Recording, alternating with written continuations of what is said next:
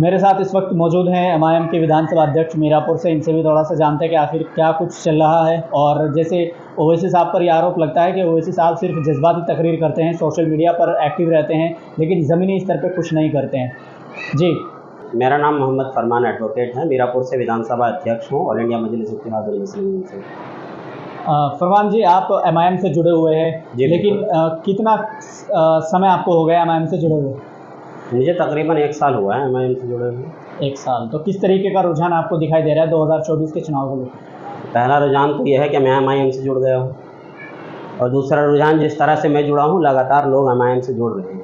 अच्छा, जैसे आपका रुझान बना जुड़ने के लिए, जी। तो क्या वजह रही है कि आप एमआईएम से जुड़े? आप बड़ी बात कह रहे हैं कि मैं जुड़ गया तो बहुत सारे लोग जुड़ जाएंगे और भी जुड़ेंगे, ऐसी क्या खास वजह? नहीं, किसी वजह को देखकर भी तो हम लोग भी जुड़े हैं ना, ऐसे थोड़े जुड़ गए हैं। अच्छा, वो वजह क्या है? वो वजह ये है कि हमने 1947 से लेकर आज तक बहुत सारे चुनाव हुए, और हर चुनाव में मुख्तलिफ पार्टियों को वोट दिया। कांग्रेस को दिया, बीजेपी को दिया, लोकदल को दिया, समाजवादी पार्टी को दिया, बीएसपी को दिया, लेकिन आज तक किसी ने हमारे मसाइल पर कोई बात नहीं की, हमारे मसाइल को हल नहीं किया। बेरोजगारी बढ़ती जा रही है, नौकरियों में हमारी तादाद लगातार घट रही है, एजुकेशन में हम लोग पीछे हटते जा रहे हैं, हमारे इलाकों में स्वास्थ्य सेवाएं नहीं हैं, हमारे इलाकों में सड़कें नहीं हैं। जो अच्छी फैसिलिटीज़ हैं वो हमारे इलाकों में, ख़ासतौर से अल्पसंख्यक इलाकों में नहीं है। 2012 में समाजवादी पार्टी ने हमारे साथ एक वादा किया था कि 18% आपको आरक्षण देंगे अपने मैनिफेस्टो में, लेकिन कुछ नहीं दिया है। लेकिन आप अगर बात करें तो बीजेपी जब से आई हैं, लगातार ये कहा जा रहा है कि बीजेपी मुसलमानों के लिए कुछ नहीं कर रही। लेकिन अगर देखा जाए तो 2012 या 13 से पहले की बात की जाए तो कांग्रेस, समाजवादी, बीएसपी, इन्होंने राज किया है। तो क्या आपको नहीं लगता कि उन लोगों को काम करना चाहिए था? आप बीजेपी को ही क्यों टारगेट करते हैं? नहीं, बिल्कुल करना चाहिए था, समाजवादी पार्टी को भी काम करना चाहिए था। उसने वादा किया था अपने मैनिफेस्टो में रिजर्वेशन देने का, उसने नहीं दिया।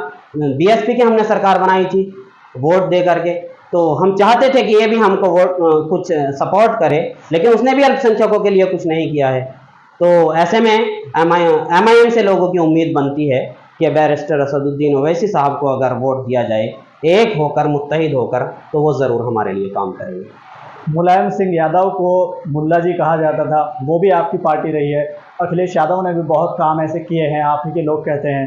तो क्या लगता है आपको? जैसे कांग्रेस की बात की जाए तो वो तो मुस्लिमों की पार्टी है, बीजेपी की तरफ से लगातार यही कहा जाता है कि मुसलमानों की कांग्रेस है, सपा है, बसपा है, ये तमाम पार्टी है, तो हिंदुओं की एक ही तो पार्टी आई है बीजेपी। तो आपको क्या लगता है, आपको डर क्यों लगता है? पहली बात तो मैं आपको ये बता दूं कि हम किसी से डरने वाले लोग नहीं हैं।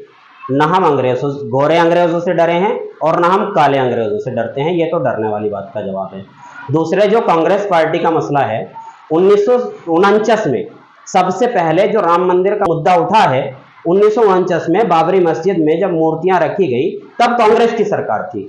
जब बाबरी मस्जिद को शहीद किया गया, तब भी सेंटर में कांग्रेस की सरकार थी। जब बाबरी मस्जिद के बजाय मंदिर के लिए वहां दरवाजे खोले गए, तब भी कांग्रेस की सरकार थी। तो ये सांप्रदायिकता का मसला तो सबसे पहले कांग्रेस ने ही खड़ा किया है। लेकिन रुझान जो है वो अलायंस की तरफ दिख रहा है, गठबंधन की तरफ दिख रहा है। बहुत सारे लोग, हमारे समाज के लोग ये कहते हैं कि कांग्रेस ही बीजेपी को हरा सकती है। तो कैसे आप उनके वर्चस्व को तोड़ सकते हैं? तो 2014 में, 2019 में हमने पूरी ताकत के साथ कांग्रेस को लोगों ने वोट दिया है, लेकिन नहीं हरा पाई वो भारतीय जनता पार्टी को। तो आप ये कह रहे हैं कि सब कुछ कांग्रेस ने किया, लेकिन समाजवादी ने तो आपके लिए बहुत कुछ किया है। लैपटॉप दे दिए गए हैं और साइकिल दे दी गई है, बहुत सारी चीज़ें दी हैं। तो आपको मिला लैपटॉप? हम उसके लिए पात्र ही नहीं थे। साइकिल मिली आपको? पात्र ही नहीं थे हम। तो फिर कौन लोग पात्र थे? मुस्लिम समाज के और बहुत सारे लोग हैं जिनको दिया गया। नहीं, मुस्लिम समाज ही पात्र था या दूसरे लोग भी थे? और भी लोग थे। हाँ, तो वही तो पूछ रहा हूँ मैं कि वो कैसे मुसलमानों की पार्टी हुई, या कैसे मुसलमानों को सपोर्ट किया। लेकिन यही उन्होंने मुसलमानों के बच्चों को नहीं दिया था, बल्कि हाई स्कूल इंटर जिन्होंने किया था, तो परसेंटेज सीधी सी बात है नॉन मुस्लिम्स की ज़्यादा है, तो मुसलमानों को कैसे ज़्यादा मिला? लेकिन ऐसे बहुत सारी चीज़ें, ऑटो रिक्शा भी तो दिया गया था ना मुस्लिम समाज के लोगों को खासकर। ऑटो रिक्शा भी दिया गया था, आपको मिला?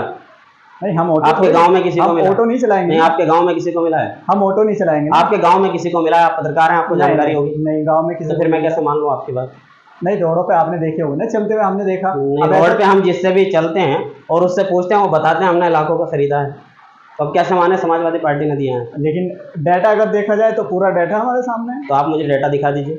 चलिए डेटा आपको दिखाएंगे। जी। लेकिन अगर देखा जाए तो और भी पार्टियां हैं। पहली बात तो आप मुझे बताइए कि जैसे अगर हम थोड़ा हरियाणा को लेकर बात करें, जैसे ये कहा जा रहा है कि कांग्रेस की पार्टी जो है वो लगातार संघर्ष करती है मुसलमानों के लिए, चाहे वो नो हिंसा हो या दिल्ली में बुलडोजर का चलना हो या फिर तलाक का बिल हो या फिर मंदिर मस्जिद का, तो उससे कांग्रेस सबसे पहले आती है। ऐसे ही सीट वाले का, उसमें प्रियंका गांधी, राहुल गांधी लगातार मुसलमानों कांग्रेस और उसका गठबंधन अगर इतना ही बड़ा हिमायती है मुसलमानों का, तो फिर इस गठबंधन का विपक्ष का राज्यसभा में बहुमत था जब सिटीजन अमेंडमेंट एक्ट आया, तो फिर ये उस बिल को क्यों नहीं रोक पाए?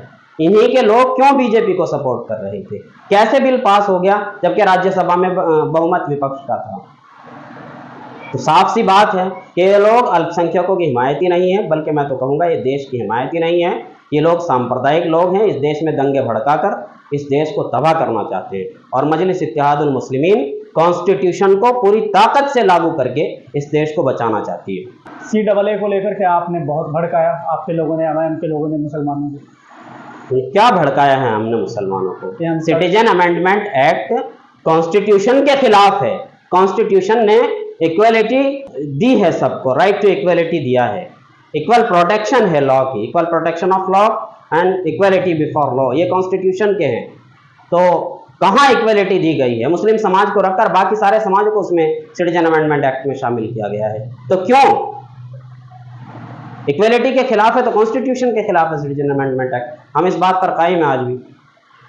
जिस तरीके से हिंसा देखने को मिली है, CAA का बिल हो या फिर और भी कई चीज़ें हो, या फिर जुलूस के ऊपर पत्थर फेंकना हो, ये दंगा करना या पत्थर फेंकना कितना सही है? नहीं, दंगा या पत्थर नहीं फेंके गए हैं, बल्कि आंदोलन करने वाले लोगों पर पुलिस ने लाठीचार्ज किए हैं। पुलिस ने मारा है, गोलियों से मारे गए। आप रिकॉर्ड उठाइए कितने लोगों को पुलिस ने गोली से मारा है। चलिए, 24 के चुनाव को आपकी जो तैयारी है वो चल रही है लगातार, तो देखना यही होगा कि आखिर इस बार आप सिकंदर बन पाते हैं, जीत के शिखर तक पहुंच पाते हैं, या फिर ऐसे ही 2022 की तरह बीजेपी को जिताने में कामयाब होते हैं। फिलहाल के लिए इतना ही।